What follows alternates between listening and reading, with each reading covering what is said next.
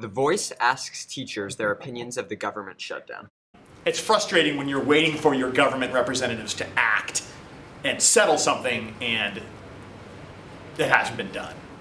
And so you might see, you'll definitely see, I don't know who, but you'll definitely see one party coming out looking much better than the other, I think. So. Well, it's crazy, right? It's stupid. It's not going to save money. It's going to cost money. So boy, that's great.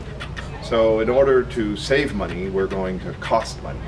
And then if you look at the kinds of agencies that are being shut down, it has a total bias towards anything that has to do with the environment or regulation. All of a sudden we just shut those guys down. But if it has to do with Veterans Affairs or, you know, the printing of money, all of those things will go. So the things that really hurt aren't going to impact. Are the senators and Congress members still getting their paychecks? I bet you they are, so, yeah. Right? Oh, funny thing. Hey, let's stretch it out for months. We don't care because we're still getting paid. Public school teachers, we don't have a problem though because we're state employees and so we're not influenced. Our nation is founded on making many compromises, and even with everything that's going on, that we just don't feel shutting down the government is the answer to this issue.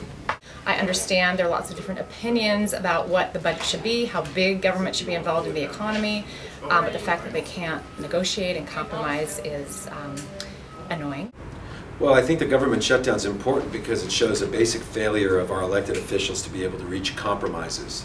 Compromise is the lubricant of politics, and it's extremely unfortunate that your generation has to be exposed to a rather indifferent attitude towards the legislation that's needed for our nation to be governed properly.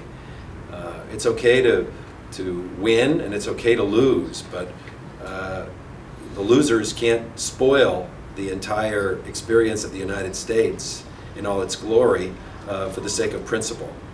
Ultimately, people who obstruct and who are dividing their party as a result of that obstruction are catering to a much wider problem, which is a kind of a selfishness, a political selfishness that's really hurting our nation.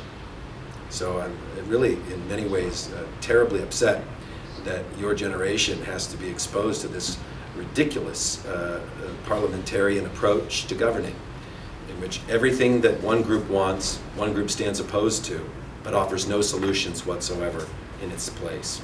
And so without compromise, we're going to be in real trouble.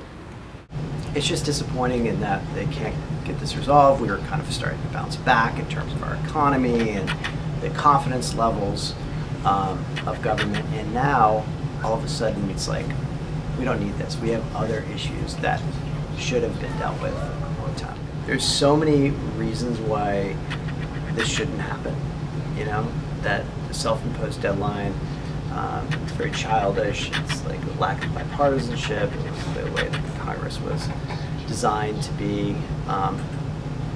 But my real feeling on it is like, at the end, it's like human beings, their lives are being affected by this.